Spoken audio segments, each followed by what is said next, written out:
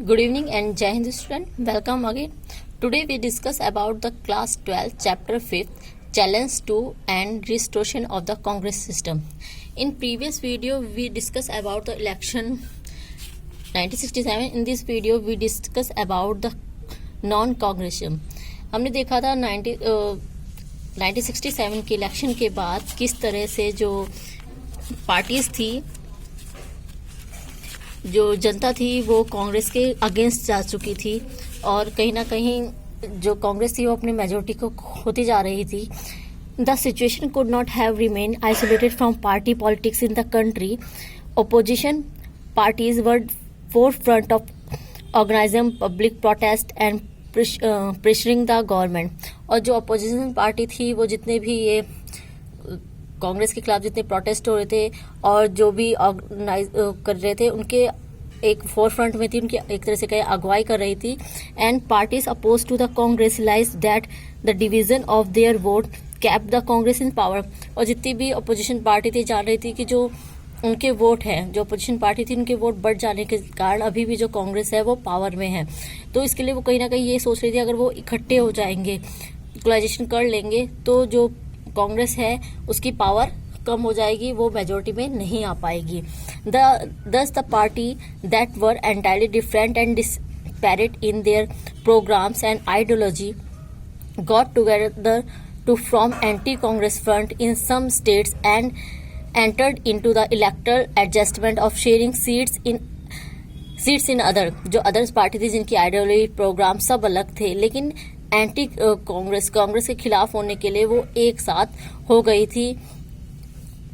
उन्होंने state level पे जो कांग्रेस पार्टी थी उसको हराने के लिए उन्होंने गठबंधन कर लिया था. लाइक जैसे आप इस टाइम करंट इंडिया की जो करंट पॉलिटिक्स है उसकी सिचुएशन दे सकते हैं, जो बीजेपी के अगेंस्ट और अदर अपोजिशन पार्टी का कोई और मुद्दा नहीं है, बस मोदी हटाओ का जो वो नारा देते रहते हैं. उसमें क्या करा है उन्होंने, अपने एक साथ उन्होंने गठबंधन कर लिया था. इस बार के जो इलेक्शन थे उनमें उन्होंने कोलाइजेशन कर लिया था और उनके पास केवल एक ही नारा था, मोदी हटाओ. लाइक उसी तरह कांग्रेस पार्टी के अगेंस्ट में जाकर जितने भी अपोजिशन पार्टी थी उन्होंने गठबंधन कर लिया था, इंदिरा हटाओ. और इंदिरा के पास तो नारा था कि क्या कहते हैं, गरीबी हटाओ, लेकिन अपोजिशन पार्टी के लिए केवल एक ही थीम थी कि इंदिरा को हटाओ, कांग्रेस पार्टी को हटाओ. They felt that in experience of Indira Gandhi and the internal factionalism with in the Congress provide them an opportunity to topple the Congress. और जितनी भी सब जानते थे इंदिरा गांधी इन एक्सपीरियंस थी और कहीं ना कहीं जो कांग्रेस पार्टी में अंदरूनी ही जो डेमोक्रेसी थी वो नहीं थी. उस रीजन से जो अपोजिशन पार्टी थी वो इस अपॉर्चुनिटी को ना खो के सत्ता में आना चाह रही थी. And the socialist leader Ram Manohar Lohia gave this strategy the name of non Congressism. और सोशलिस्ट लीडर जो थे राम मनोहर लोहिया, उन्होंने इसको नेम दिया था non Congressism. He also produce that theoretical argument in this defense Congress rule was undemocratic and opposed to the interest of ordinary people.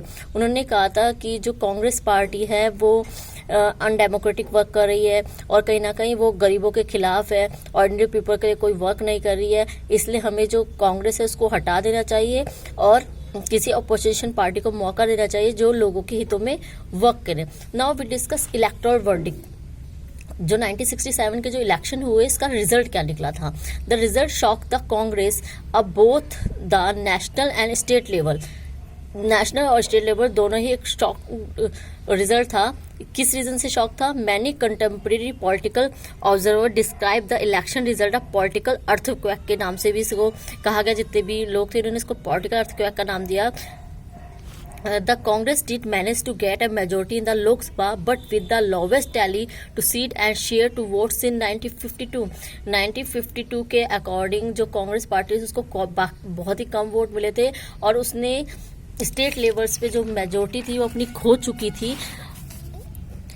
Half of the minister of Indira Gandhi cabinet was defeated, including K.